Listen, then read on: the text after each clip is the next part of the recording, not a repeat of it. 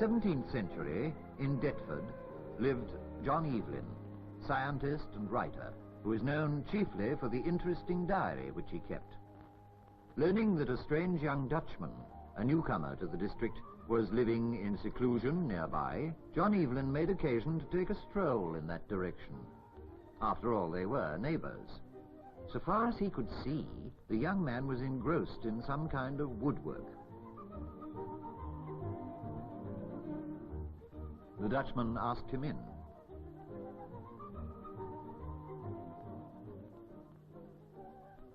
His name, he said, was Gibbons, Grinling Gibbons. But John Evelyn was lost in admiration of the pieces on which his host was working. Never before had he seen such carvings. The young craftsman was amused at his visitor's flattering remarks. In his own estimation, he was still but a beginner. "You must find a buyer for such work," declared John Evelyn. He knew that he had stumbled upon a rare talent.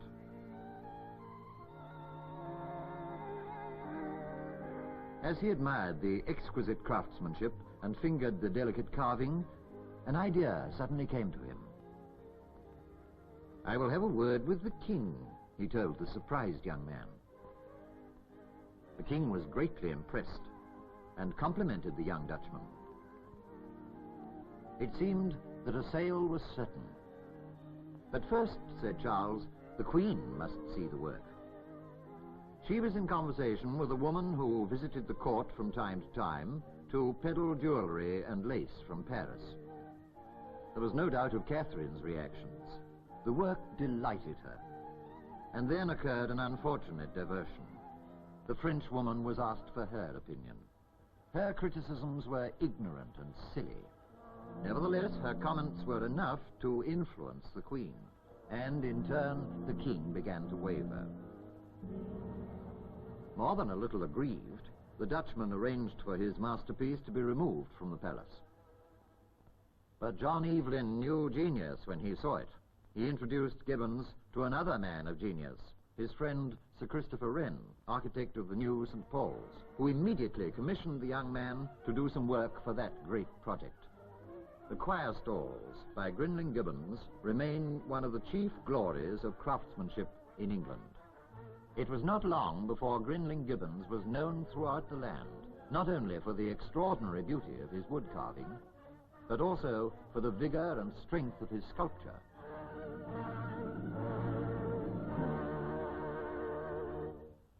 The world owes a debt to John Evelyn for bringing to its notice the work of this great artist.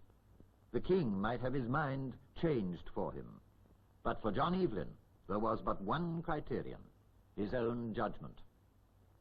You and I today are constantly being called upon to decide between good and bad, right and wrong, not perhaps in matters of art, but in the bigger issue of our way of life. We, too, must judge these questions for ourselves, and having arrived at our decision, allow no jeers or taunts to deflect us from the truth.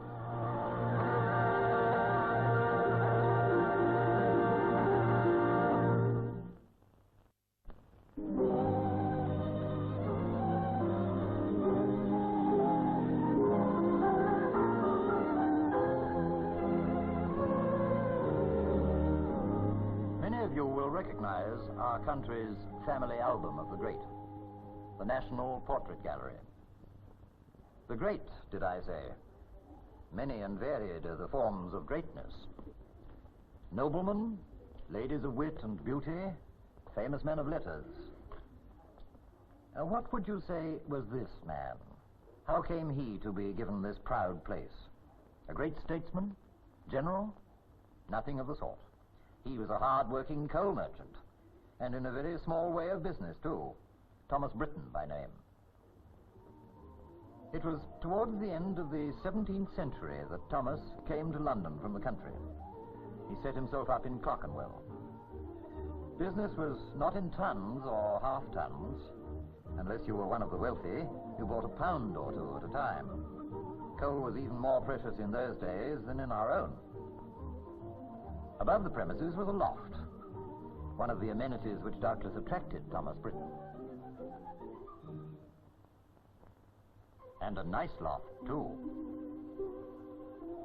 Thomas had ideas about it. A patch here and there could clean out.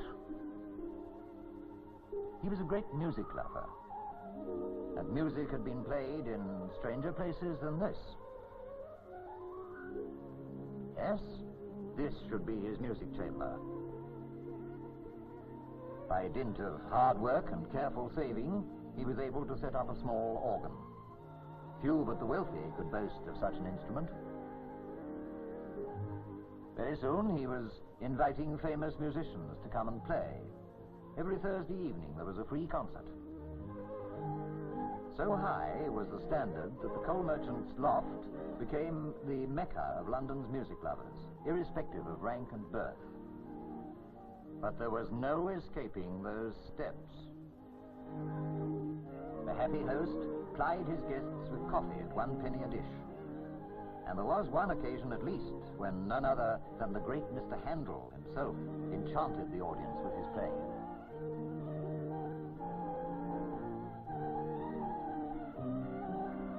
For 40 years, Thomas Britton continued his Thursday evening concerts, sharing his own deep pleasure with his fellows.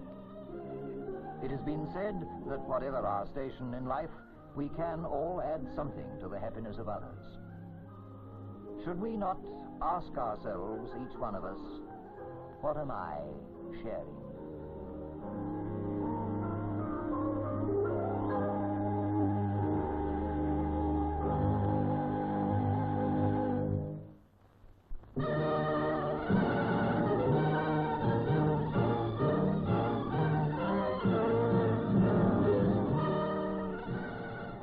St. Paul's, one of the noblest cathedrals in the whole world.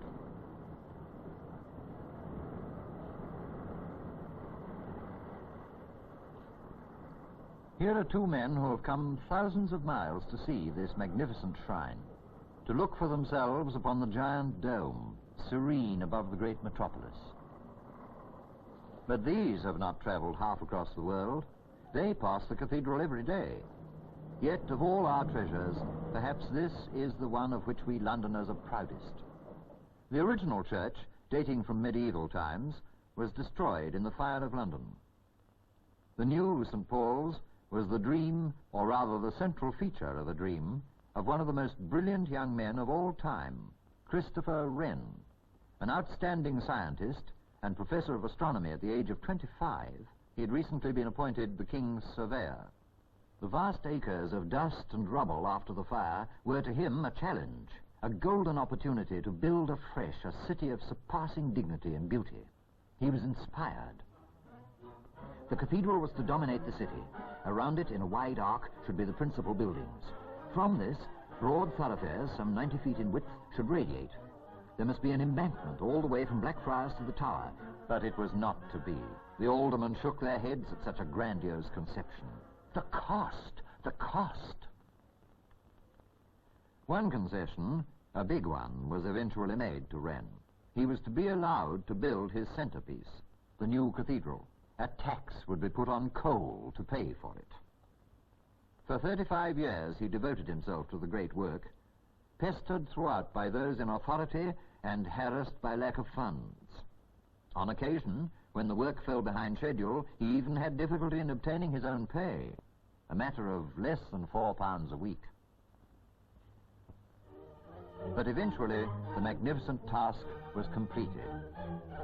Above the north door is an inscription which reads, "Beneath is buried the founder of this church and city, Christopher Wren, who lived more than 90 years, not for himself, but for the public good. If you seek his monument, look around you." Though St. Paul's was, of course, his masterpiece, Wren was the designer of more than 50 churches and a number of other famous buildings, of which the Chelsea Hospital is but one example. How wonderful to leave behind memorials of such beauty and nobility. With most of us, our work, necessary and useful as it may be, dies with us. Happily, no one need be a genius to earn the best line of Wren's epitaph, although no greater thing could be said of any of us than that we lived not for ourselves, but for the good of others.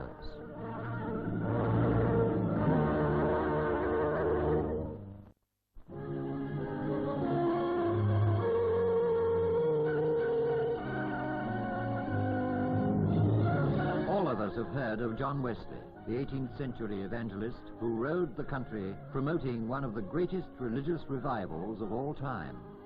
It is said of him that nothing and nobody could persuade him to sit for a portrait. However, among his devoted followers was a Mr. Kailey, a sculptor.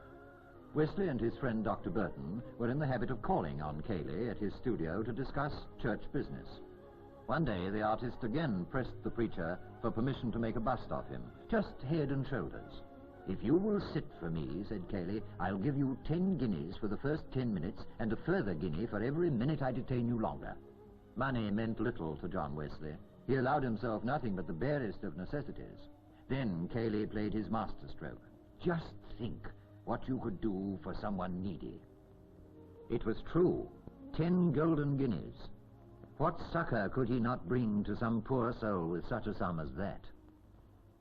What it cost him to master his strong prejudice, only John Wesley himself can have known.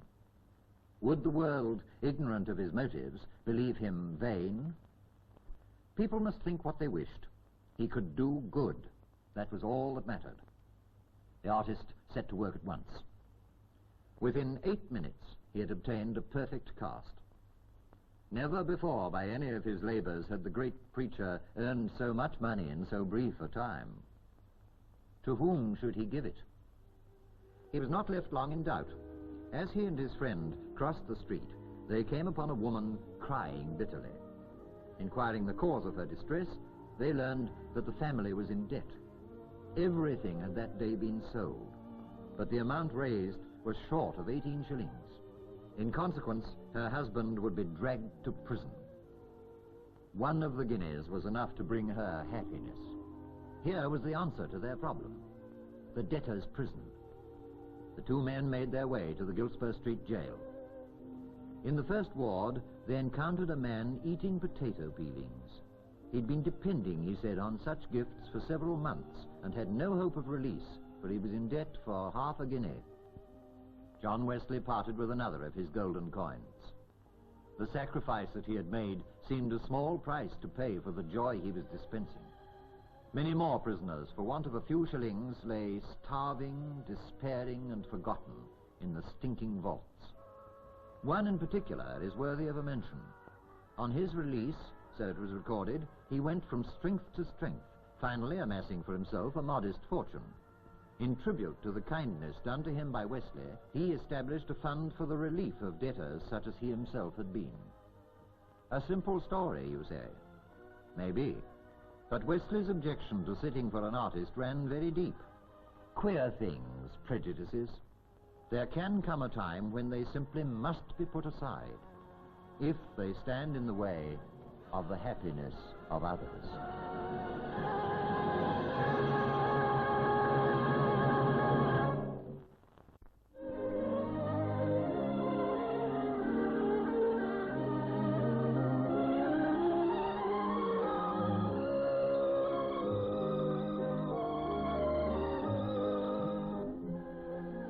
It was in the realm of art that Lancelot Brown won his particular niche in history. An unusual form of art in which avenues, lakes, and clumps of trees all played a leading part. Born in a small village in Northumberland in 1716, on leaving school he was taken on as gardener's boy at a neighbouring estate. 7 years later, he set out on the long journey south to seek his fortune. He first found employment at Wootton, the home of Sir Richard Grenville, but left within a few months to go to Stowe, the magnificent country mansion of Lord Cobham. Already he had his own revolutionary ideas of landscape gardening, and rather naturally he went where there might be the money to put them into practice. Stowe was one of the first great English homes to break away from the formal layout of square-cut lawns, trim terraces, and straight lines. A whole village had been removed to improve the natural setting. Exactly how much is due to Brown's planning is not known. Certainly enough to impress the influential guests of his employer, for, on more than one occasion, Brown was borrowed to supervise the laying out of other great estates, such as Warwick Castle. On surveying an estate, he would invariably refer to its capabilities. He thus became known, affectionately, as Capability Brown. On the death of his employer, he determined to set up on his own, and when Lord Coventry suggested that he should build a new country home for him, Brown blithely undertook the task, for he held the view that it was unsatisfactory merely to redesign the countryside to suit the mansion. The house itself should be built and placed by the same man. Commissions came thick and fast. Capability was now freely acknowledged as the foremost landscape gardener of his day. He was well known to the king himself, and it was in the capacity of royal gardener that he eventually assumed charge of the grounds of Hampton Court. The famous great vine is reputed to have been planted by his hand. The royal gardens at Kew were also in his charge. There the design of the lake is his, as also is much of the layout near the Thames. Few are able to leave to posterity a trail of beauty such as Brown's. Yet in a sense, we do leave a trail, each one of us, for our lives have a vital influence on others, an influence which gradually remolds the world. For better or worse? Well, that's just the point. It's up to us.